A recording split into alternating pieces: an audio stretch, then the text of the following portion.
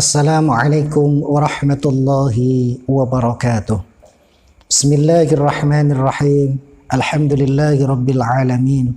Wassalatu wassalamu ala asyrafil anbiya'i wal mursalin wa ala alihi wa sahbihi ajma'in. Amma ba'd.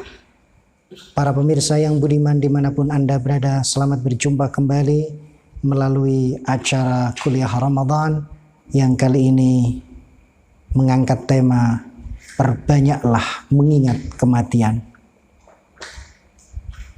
Pertanyaan mendasar yang ketiga adalah ila aina tadhhab, kemana engkau akan pergi? Kemana engkau akan pergi? Jawabnya adalah engkau akan pergi ke sebuah negeri yang kekal abadi, abadal abidin, di mana pintu gerbangnya adalah kematian. Supaya langkah kita bisa akhirat oriented, wal akhiratu khairu wa abqa, supaya tujuan hidup kita yang sesungguhnya adalah akhirat, maka salah satu piranti atau caranya adalah dengan cara kita memperbanyak ingat kepada kematian. Rasulullah sallallahu alaihi wasallam bersabda, "Aktsiru dzikra hazimil lazzat." Perbanyaklah mengingat kepada pemutus kelezatan, yaitu kematian. Hadis riwayat An-Nasa'i dan Tirmizi. Karena dengan mengingat kepada kematian, kita tentu saja akan mempersiapkannya dengan baik. Dalam hadis yang lain, sahabat pernah bertanya kepada Rasulullah sallallahu alaihi wasallam, "Fa ayyul mu'minina akyas?" Qala, "Aktsaruhum lil mauti dzikra wa ahsanuhum lima ba'dahu isti'dada, ulaikal akyas." Rawahu Ibnu Majah. Para sahabat pernah bertanya kepada Rasulullah sallallahu alaihi wasallam, siapakah orang mukmin yang paling cerdas? Maka Rasulullah sallallahu alaihi wasallam menjawab, merekalah yang paling banyak mengingat kematian. Dan mereka yang paling baik dalam persiapannya, mempersiapkan setelah kematian. Merekalah orang-orang yang cerdas. Secara hukum fikih, mengingat kematian hukumnya adalah sunnah. Dan sering-sering mengingat kematian atau banyak-banyak mengingat kematian adalah sunnah muakkadah. Sunnah yang sangat dikukuhkan. Sebagaimana disebutkan Ibnu Hajar Al-Haytami dalam kitabnya Tuhfatul Muhtaj. Para pemirsa yang budiman, lalu bagaimana tips atau cara mempersiapkan diri dalam menghadapi kematian? Allah Subhanahu wa taala berfirman, A'udzu billahi minasyaitonir rajim. Faman kana yarju liqa'a rabbih falyamal 'amalan shalihan. Falyamal 'amalan shalihan wa la yusyrik bi'ibadati rabbih ahada. Barang siapa yang menginginkan bertemu dengan Tuhannya di surga, maka silahkan mempersiapkan kematiannya. Falyamal 'amalan shaliha, dengan beramal yang saleh. Dan yang kedua, jangan menyekutukan Allah. Jadi Allah memberikan dua syarat bagi siapapun yang ingin bertemu dengan Allah di surganya. Satu, beramal yang saleh. Dan kedua, tidak menyekutukan Allah dengan selainnya.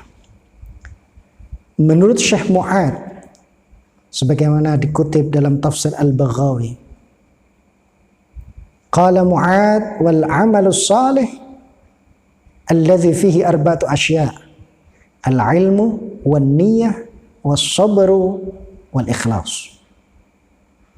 Menurut Syekh Mu'ad, amal yang saleh adalah amal yang di dalamnya ada 4 perkara. Ada ilmu tentang amal tersebut, ada niat yang baik, ada kesabaran menjalankan amal tersebut, dan ada keikhlasan. Jabatan yang tinggi, harta yang berlimpah, kendaraan yang mewah, rumah yang megah, ataupun kerabat yang ramah, semuanya tidak akan dibawa menuju liang lahat. Ketika mati semua ditinggalkan.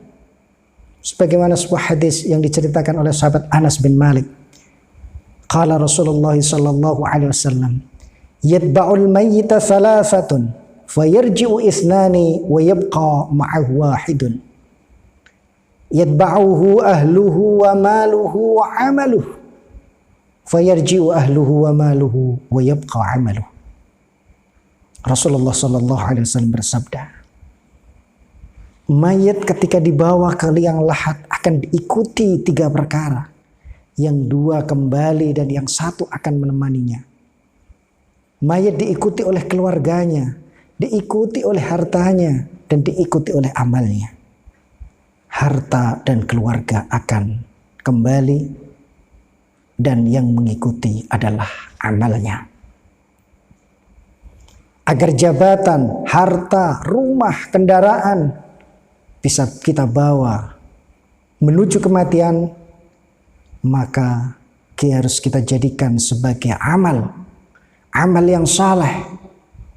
Bagaimana caranya menjadikan harta benda kita menjadi amalan salehah?